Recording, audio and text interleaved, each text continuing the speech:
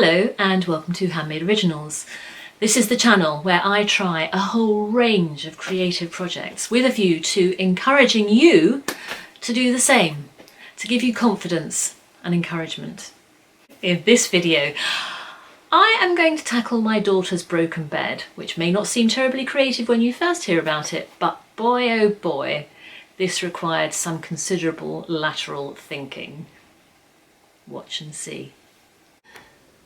And here we are in my daughter's bedroom. Now, when she went off on her travels, and she is travelling around at the moment, she said to me, oh, the bracket on my bed, which I'm showing you here, you can see, has broken, and the central beam, which holds all the struts, has fallen down. So I thought, well, how hard can that be? I just need to buy a new bracket, screw it on, and a 5-minute job. She'd had a go at doing it herself. So proud. However, when I look at it, what I thought initially was just going to be a 5-minute job, in fact, is much more daunting because, let me show you, let's look at the whole bed and I can point out 3 problems with this bed. So firstly, these struts which are going across the bed, in a single bed, the struts just by themselves would support the weight of the mattress. It's only when you get a bigger bed, like this one, that you put in this central beam here, which is just to give these struts extra support. The problem with this bed is that these struts don't go the whole way across. They only go halfway, and then they are weighing on this central beam. So a lot of the load which the struts should be taking is actually pressing on that central beam, which is just let's call it eccentric, shall we? The second problem with the construction of this bed is this central beam. If you look at this central beam carefully, you can see this is 7 centimetres across, but only 2 centimetres in depth.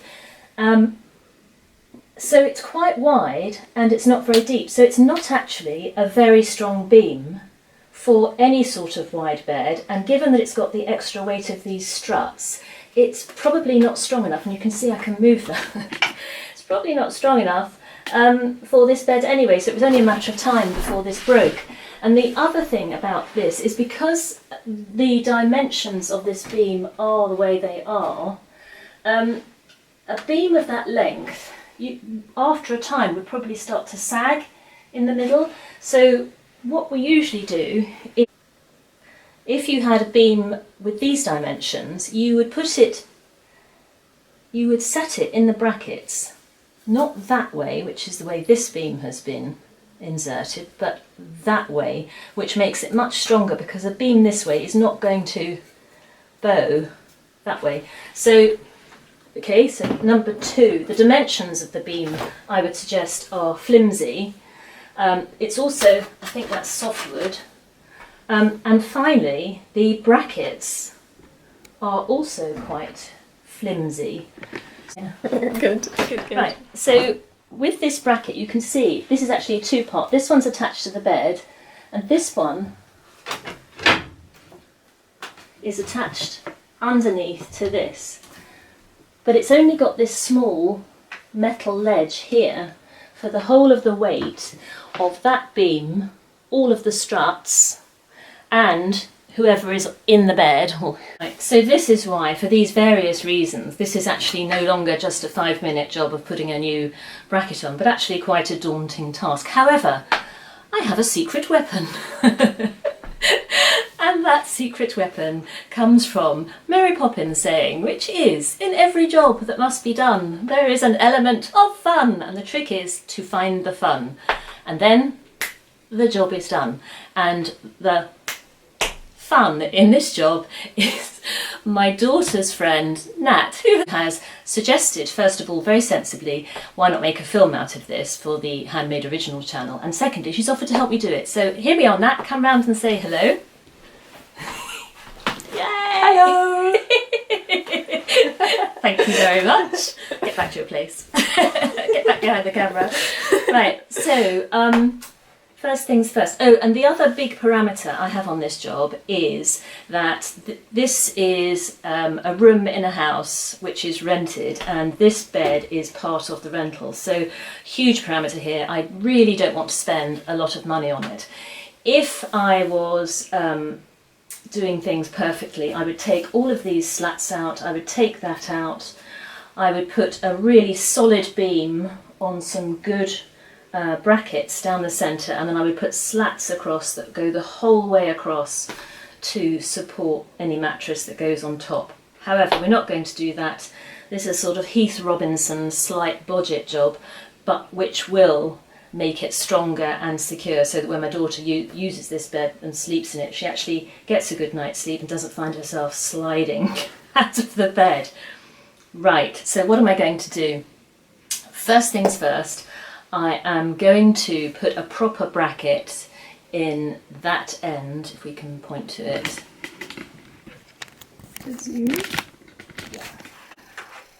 Of the bed, where you can see it's literally just broken. There's a part that was attached to the beam which has got metal fatigue and bent and come off, and that's the one that my daughter tried to repair.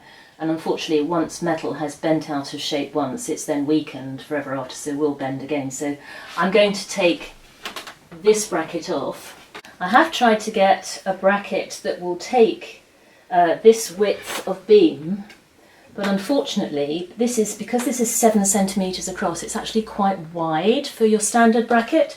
So I think what I'm going to do, which actually I prefer as a solution, is to fit, and I saw this on a bed making video, thank you very much Justin Bailey.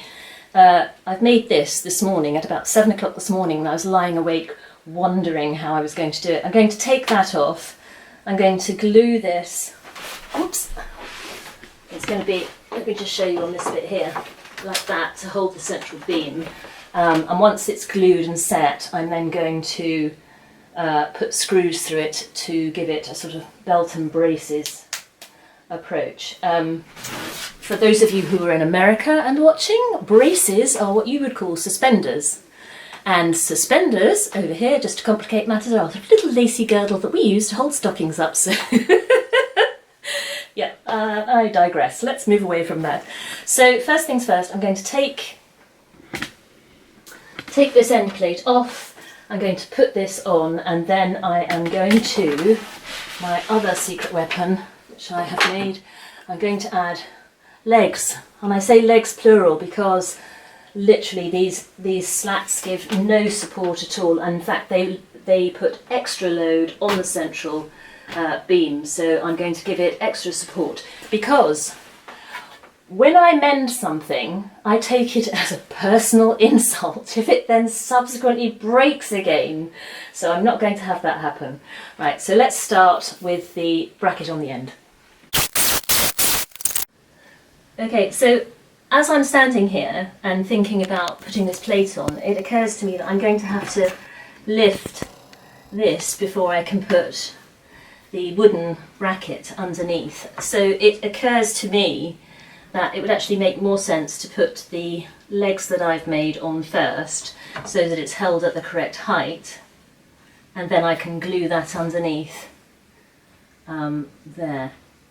So yesterday afternoon I was thinking about how I was going to fix this bed, and I thought the only solution actually to make it firmer and stronger is actually to reinforce it with not one but 2 legs in the middle of this quite feeble central beam, which has all this extra load on it from all the struts, which are doing nothing much really at all in their own right. So I have made these 2 legs. I've made them here at home because I didn't want to do a lot of drilling and cutting in my daughter's bedroom and fill it with sawdust, because I don't think she'd be too thrilled. Right, now what I've done here is I've just got these little 90-degree plates like this, which I've put side by side here, and I've used these ones rather than ones which have, I don't know if you can see, 2 holes like that each side, because this is the same width as this central beam. So I wanted to make sure that it was it's going to go in the bed like that. I wanted to make sure that the screws coming from this side didn't go into the screws coming from that side, and I wanted to get the screws as long as possible to make it as reinforced as possible. So on the one side I made the screws bottom right, and on the other side I made them top left, so that they were just passing as ships in the night as they came in like that. And then I put in these plates on the side which stick up by no more than 2 centimetres, because that's the depth of this very flimsy central beam, so that will strengthen it from lateral shift as well. So this is then going to go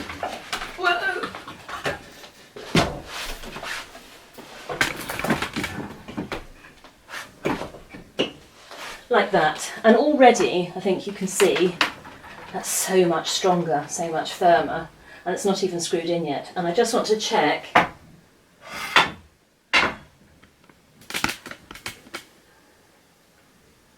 yes, so that is level. Right, now that, as you can see, that was probably quite difficult to get that leg in by pushing it under like that, and to screw it up I'm going to have to crawl under the bed. So Nat and I have come up with a solution, which is we're just going to turn the bed on its side and make the bed come to us rather than us trying to crawl underneath it and sort the bed out. So that's what we're going to do next. So I'm going to divide the bed into thirds, because then the load will be spread evenly. So I'm going to count 1, 2, 3, 4 slats, put one leg here, and 1, 2, 3, 4 slats, and put one leg there. And then when we have the slats in place, I am then going to consider how we're going to attach that little wooden bracket I've made for the end. So let's get these in first.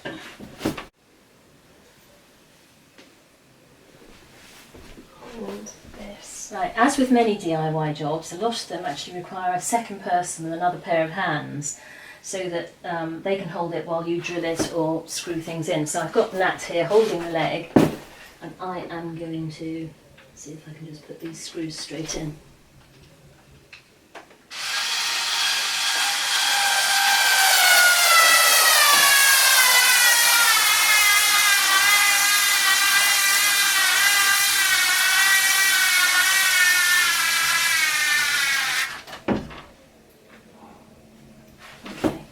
You always need to make sure, and I nearly didn't do this, that the screw is not longer than the piece of wood you're drilling into, otherwise you'll end up with a nasty point sticking out.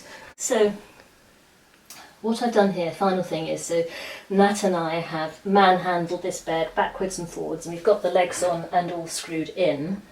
I've just put the spirit level on the bed. I'm pleased to say it's bang in the middle, it's really, really nice and level. And so just to secure the end here, I've got my little U-shaped, well, square-shaped U, wooden bracket, which I've just glued with the central beam nestling in it, so that it is secured both in the middle, so that it won't drop, and there will be no lateral movement either. And when that's dry, it's clamped at the moment, when it's dry I'm then going to put some screws through it to fulfill my belt and braces approach, because I will not have this bed breaking on me again. It has been a wrestling match, but I think we are on the home straight. I'm going to leave that to dry, and I'm going to come back, put some screws in, and then we will do the finishing touches. Right, as we can see, so this had the glue I've used, because my wood glue actually had just run out. I used No More Nails glue, but any good wood glue would serve just as well. I'm going to put 3 screws in, 1, 2, 3 here, just to make it absolutely secure, because I just don't trust this bed. So make sure your screws are long enough, not just to go through this bit, but also the bit you want to key into. And because this is quite hard wood, I'm going to make a hole first.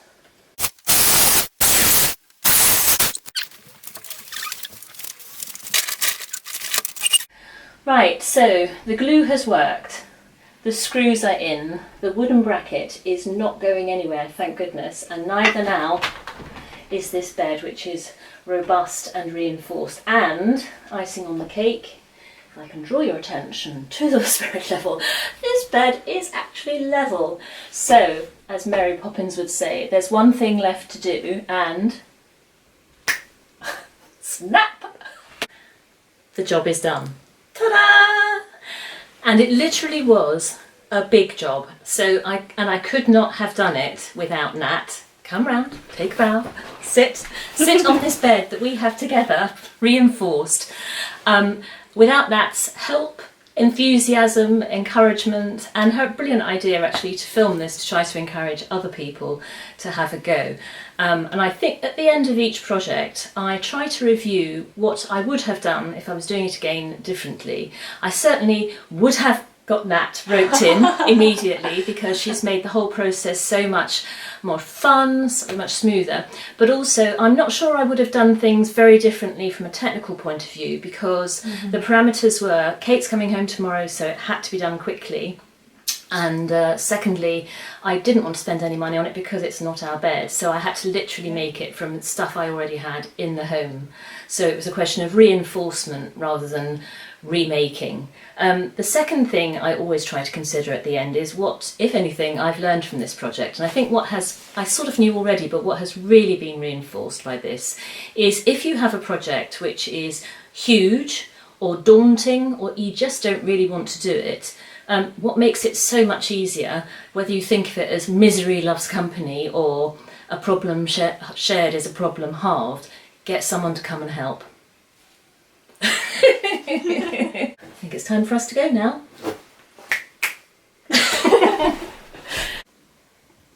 Don't go yet.